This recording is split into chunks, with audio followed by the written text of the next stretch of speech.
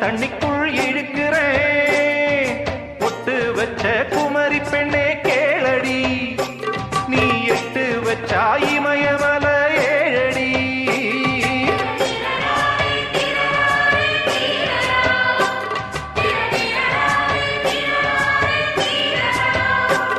ஏய் அழற பொண்ணே கொஞ்சம் சிரிச்சு போடு, அந்த சிரிப்புக்குள்ள துன்பம் எரிச்சு போடு.